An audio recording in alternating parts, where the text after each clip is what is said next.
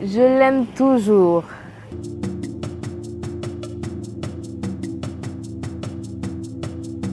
Bonsoir à tous, vous êtes sur votre émission Micro sans frontières, rubrique Histoire et conseils. Merci à tous ceux-là qui ne cessent de nous soutenir, merci à ceux-là qui ne cessent de partager. Pour les amoureux de One is Bet, voilà notre code promo en description. L'histoire d'aujourd'hui va parler d'une jeune fille qui vit une mésaventure, qui a vécu une mésaventure avec son mari et son ex. Laissez-moi vous conter l'histoire. Moi, c'est Christelle. Il y a 2 ans de cela, j'entretenais une relation. Tout allait bien. On s'aimait bien. Mais mon problème, c'est que mon petit ami n'avait pas de quoi subvenir à mes besoins. Pour dire vrai, malgré qu'il n'avait rien, je l'aimais. Mais un jour, tout a basculé car je suis tombée enceinte de lui et ma tête a commencé par chauffer. Je me suis rendue chez lui pour lui faire part de la situation. Il m'a répondu: « Bébé, tu sais que je n'ai pas voulu que cela arrive. On fera avec. Je vais me battre cette année pour obtenir ma licence et avoir un boulot pour prendre soin de toi et de notre futur bébé. » Vu ma situation, je ne pouvais pas rester et attendre les bras croisés. Donc j'ai pris la décision de rompre avec lui. Je ne pouvais pas supporter 1 an. Il fallait que je trouve quelqu'un qui allait prendre soin de moi et de mon enfant. À 3 mois de grossesse, j'ai fait la connaissance d'un homme quand j'étais en route pour des achats. On s'est échangé de numéros.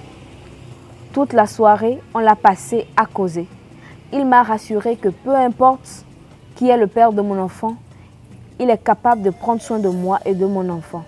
J'ai donc accepté et je me suis mise en couple avec lui. J'ai appelé mon petit ami pour lui faire part de ma situation. Il m'a répondu avec les larmes aux yeux: « Mon amour, s'il te plaît, ne me fais pas ça. Je ne peux pas vivre sans toi. Tu es ma raison de vivre. S'il te plaît, donne-moi juste un peu de temps et je trouverai du boulot pour prendre soin de toi et de mon bébé. » Et je lui ai répondu: « S'il te plaît, oublie-moi. Ce n'est pas facile, mais s'il te plaît, comprends-moi. » Depuis ce jour-là, il m'a bloqué partout, Facebook, WhatsApp, etc. 1 an après, j'ai accouché. Et après mon accouchement, mon fiancé a perdu son boulot. J'ai vécu ce qu'on appelle la souffrance. 2 ans après, j'entends sur la porte toc-toc. Je me lève et pour ouvrir, je vous jure que je n'avais pas les mots. Je ne savais quoi dire. C'était mon ex. Dans une Prado. Il a ouvert la malle arrière de sa voiture, a sorti un carton de lait, un carton de couche et m'a donné une somme de 500 000 francs pour moi et pour mon bébé. Il m'a posé cette question: « Tu es déjà marié ?» Je lui ai répondu: « Je ressens toujours quelque chose pour toi. » Lui me dit en retour: « Je ressens toujours quelque chose pour toi, mais je ne vais jamais oublier ce que tu m'avais fait. » Malgré tout ce temps, je n'ai jamais arrêté de penser à toi.